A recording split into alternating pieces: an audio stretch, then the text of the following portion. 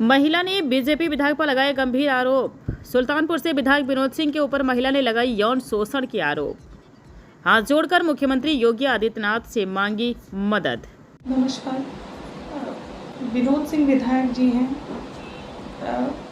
भाजपा से हैं, तो उन्होंने मेरे साथ रेप करने की कोशिश की है। मतलब कई दिन से वो मेरे पीछे कई महीनों से पड़े रहते थे। मुझे कई बार उन्होंने ऑफ़र किया फ़ोन कर के, और अपने उनके जो गनर हैं उनके धनंजय यादव, उनसे बुलवाते थे। धनंजय यादव हमेशा मुझसे कहते थे कि अगर आप सर की बात नहीं मानेंगी, नहीं जाएंगी, तो मैं आपकी बेटी का या आपका मैं सामूहिक बलात्कार करवा दूंगा। मेरी बेटी मात्र 10 साल की है, तो उसके कारण मुझे जाना पड़ता था, करना पड़ता था कि एसिड का डर मुझे अपने से ज़्यादा अपनी बेटी के लिए लगता था।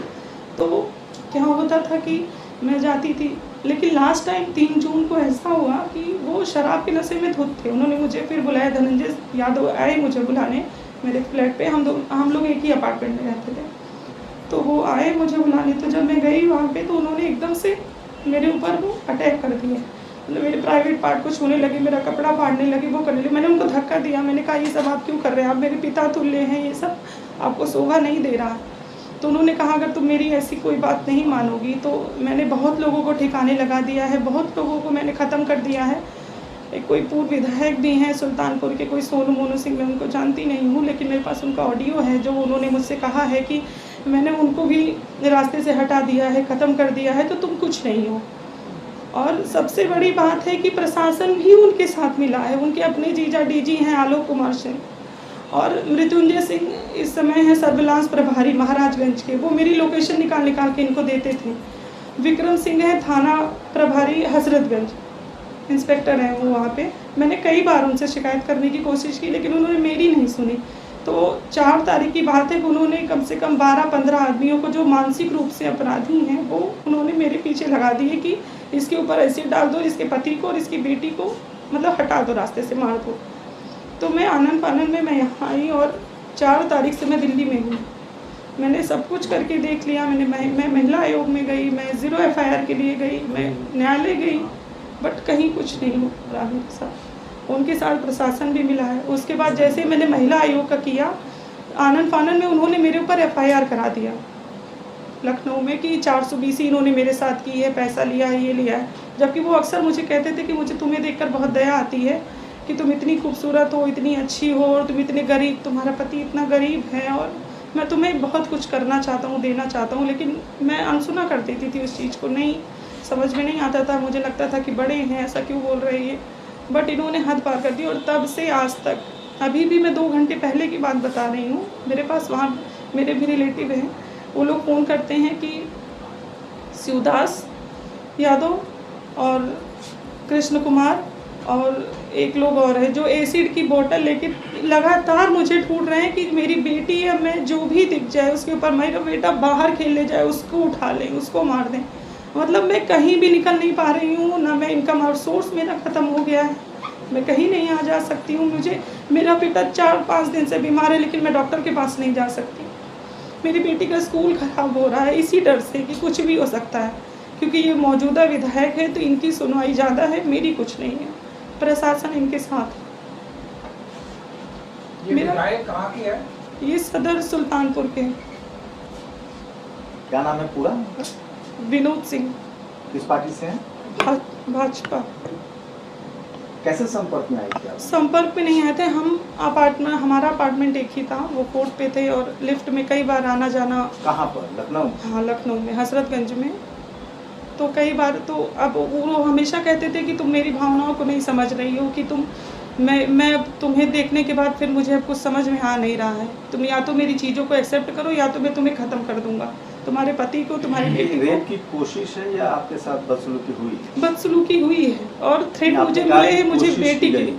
हाँ, आपने कहा कोशिश, मतलब आपके साथ रेप जैसी घटना वारदात हुई है? 3 तारीख को, 3 जून को रात में 10:30 बजे, जब इन्होंने मुझे अपने गनर से कह के बुलवाया था कि आप नीचे आइए, कुछ बात करनी है, ज़रूरी बात करनी है, आप चलिए। तो फिर मैं गई थी। तो उस दिन की बात है कि शराब के नशे में धुत थे, और ये एकदम से मेरे ऊपर आके मुझे सोफे पे ढकेल के मेरे प्राइवेट पार्ट को छूना शुरू किया। फिर मैंने इनको धक्का दिया, फिर वहाँ से मैं किसी तरह बाहर आई, और दरवाजे के बाहर धनंजय यादव इंतज़ार कर रहे थे, रखवाली कर रहे थे।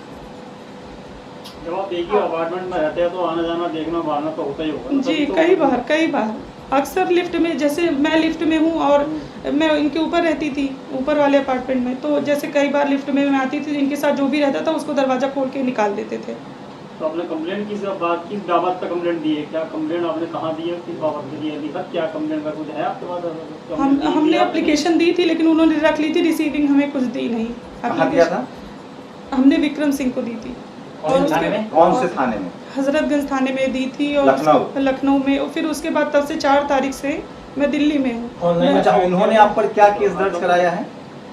420 का कुछ कराया हुआ है। कोई ट्रांजैक्शन है आपका पैसे का मोबाइल से या बैंक अकाउंट? कुछ भी नहीं। कभी आपने उनसे मदद? उन्होंने अप्रोच किया था मुझे कि तुम जितना कहो मैं उतना तुम्हें दे दूं, लेकिन मैंने कभी अभी तक कोई बैंक का ट्रांजैक्शन नहीं? कभी नहीं, 1 रुपए का भी नहीं, क्योंकि मैं ऐसी महिला नहीं हूँ कि अगर कोई विधायक है या कोई मंत्री है कुछ भी है, कोई बैंक का ट्रांजैक्शन कुछ भी नहीं, एक पैसे का नहीं।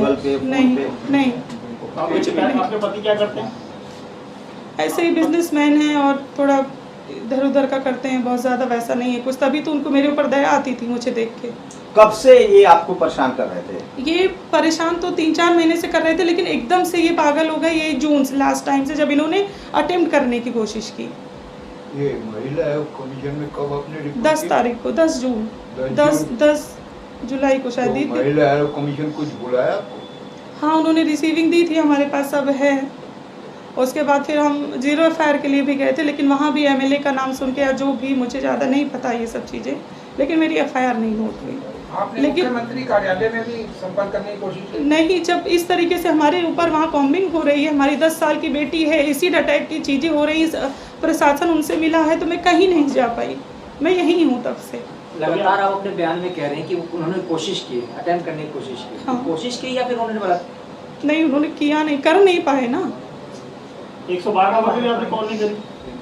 सीएम रूप में कोई कॉल 3 तारीख की जो बात मैं आपको बता रही हूँ, तो जब मैंने अपने परिवार वालों से कहा तो उन्होंने कहा इस चीज़ को बढ़ाओ मत, क्योंकि वो लोकल यहाँ के विधायक हैं, और देखो तुम्हारी इज्जत है, तुम 2 बच्चों की माँ और तुम बेटी भी है तुम्हारी, तो इस चीज़ को बढ़ाओ मत। जैसे क्या होता है ना कि औरतों को इन सब चीज़ों के लिए पहले परिवार वाले दबाते हैं, तो हमारे भी परिवार वाले, ससुराल वाले, मैके वाले सब कहे। आपके साथ व्यभिचार की कोशिश हुई है? उन्होंने कोशिश की? अरे वो करते भी, अगर मैं थोड़ा सा हिंट देती या वो कर पाते, और उसके बाद भी लगातार वो मुझे, मेरी कॉम्बिंग लगातार 10-12 लोगों से करवा रहे हैं कि इसको किसी भी तरह उठवा लो। ये जगह कौन सा उनका आवास था? इंडिविजुअल आवास? हाँ, घर था जहाँ आपके साथ हाँ, दर्शन की हुई है? हाँ।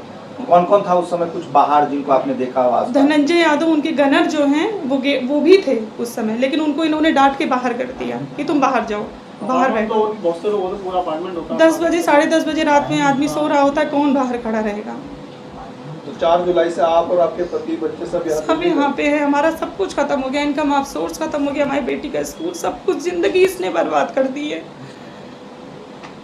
उस घटना के बाद फिर से कोशिश हुई है, कोई बातचीत हुई उस तरफ? उसके बाद लगातार मेरी कॉम्बिंग हो रही है। हमारे भी वहाँ पे कई लोग हैं, जानने वाले रिश्तेदार हैं, या हमारे भी कुछ लोग ऐसे हैं जो हमें बता रहे हैं कि इतने लोग हैं, हमारे पास पूरी लिस्ट है जितने लोग हैं, उसमें कुछ इमिलिया के भी हैं, कुछ जौनपुर के हैं, सब मानसिक रूप से अपराधी। इस वारदात के बाद आपने एप्लीकेशन दिया थाने में, ये जो आप कह रहे हैं? हाँ। कितने तारीख को जो एप्लीकेशन दिया? इस वारदात के बाद जब हमने खाली कर दिया ये अपार्टमेंट, हमने अपने परिवार को बताया, तो हमने अपार्टमेंट हमको खाली करने की सलाह हमारे परिवार वालों ने दी। किराए पर थी? हाँ, किराए पे थे हम। फिर किराए पे गोमती नगर में चले गए। फिर ये जब वापस आए हैं सुल्तानपुर से, जब इनको पता चला कि हम नहीं हैं, तो ये एकदम से बौखला गए, एकदम से ये फ़ोन करने लगे, तो हमने फ़ोन अपना ऑफ कर दिया। हमको सबने कहा आप अपना फ़ोन ऑफ कर दीजिए, इनसे बातें मत करिए आप। थाने में कब एप्लीकेशन दी? वारदात के बाद दी? हाँ, वारदात के 3-4 दिन के बाद फिर हम कोशिश करने गए, हम किसी तरह वहाँ से छुपा के, डर के, ऑटो से मुँह बांध के हम गए करने, लेकिन उन्होंने कहा ठीक है हम देखते हैं। क्या क्या डर है आपको? क्या क्या? हमारा यही डर है कि हमसे ज़्यादा हमको अपनी बेटी का है, क्योंकि धनंजय यादव ने कई बार ये कहा है कि हम 10-10 आदमियों को तुम्हारी बेटी पे चढ़वाएंगे, तुम पे चढ़वाएंगे। सबसे बड़ी बात तो ये कि हमको अपनी बेटी का डर। विधायक जी ने कुछ? विधायक जी से के ही कहने पे उसने कहा है, विधायक ने तो मुझसे कहा है ना। विधायक जी को अगर आपको याद हो तो विधायक जी ने अब तक क्या क्या कहा है, वो अगर बताना चाहें? उन्होंने मुझसे यही कहा है कि तुमको मेरे साथ सोना पड़ेगा, तुमको मेरे साथ, मतलब अगर तुम मेरी बात ऐसी नहीं मानती हो तो मैं तुम्हें बर्बाद कर दूंगा एकदम से। कॉल रिकॉर्ड है? मेरे कॉल उन्होंने वो सामने बैठ के कहा है मुझसे शराब के नशे में। अब तो सुल्तानपुर गोमती नगर बहुत अंतर आ गया, बहुत दूर है, वो कई किलोमीटर दूर हो गया, तो आप वहाँ पर जीरो फायर भी करा सकती, गोमती नगर में भी करा सकती हैं। नहीं, जब इस तरीके से इनको जब मेरी लोकेशन पता चल रही थी, जब सर्विलांस प्रभारी ही मिला था, तो फिर मुझे नहीं समझ में आया कुछ। मैं अपनी बच्चे को लेकर, पति को लेकर वहाँ से तत्काल हट गई। तब से मैं यहीं हूँ, लगातार दिल्ली में, लगातार मैं यहीं हूँ और मैं कोशिश कर रही हूँ कि मेरा भला कहीं से हो जाए। तो मैडम आप एमएलए ऑफिस में जॉब करती थी या कैसे आप उनसे कांटेक्ट में? अपार्टमेंट में, मैं एमएलए ऑफिस में मैं जॉब नहीं करती थी। पहले आपने मतलब उन्हें रोकने की कोशिश नहीं करी, हमने कई बार, हमें लगा हमारे पिता तुल्य हैं ये, हमने कई बार कहा कि आप क्या बात कर रहे हैं, आप हमसे बड़े हैं, आप ऐसी बातें। आपने अपने पति को बताया, वो उन्होंने बात की वहाँ पे जाकर? उन्होंने भी बात करी, लेकिन वो मौके के विधायक हैं, हमारे ही सदर से विधायक हैं, तो एक्चुअली क्या होता है ना कि बहुत ज़्यादा प्रेशर है, दबाव है बहुत पार्टी का होने के नाते। ये सब 2-3 महीने से मैंने बताया। तो अभी आप मांग क्या कर रही हैं ये बताइए? हमारी यही मांग है कि हमारी एफआईआर इनके खिलाफ नोट की जाए। इनको ये है कि ये बीजेपी के एमएलए होने के नाते इनको पूरा लाइसेंस है कि किसी भी औरत के साथ, किसी भी बेटी के साथ, चाहे वो नाबालिग हो बालिग हो, इनको पूरा लाइसेंस है कुछ भी करने का। और प्रशासन भी इनके साथ मिला है, हमारी कहीं सुनवाई नहीं आप कहीं किसी भी के साथ मतलब कोई और भी पीड़ित आपसे संपर्क में है जिसने आपको बताया हो कि मेरे साथ कुछ हुआ? परिवार वालों ने कई बार बताया है कि जैसे इनके जो अनिल सिंह हैं, इनके जो मैनेजर हैं वहाँ पे, वो इनको लड़की यहाँ सप्लाई करते हैं, जो जिनके ऊपर इनका दिल आ जाता है वो मतलब पूरा कोशिश करते हैं कि वो इनके सामने जाए, पेश हो या जो भी हो।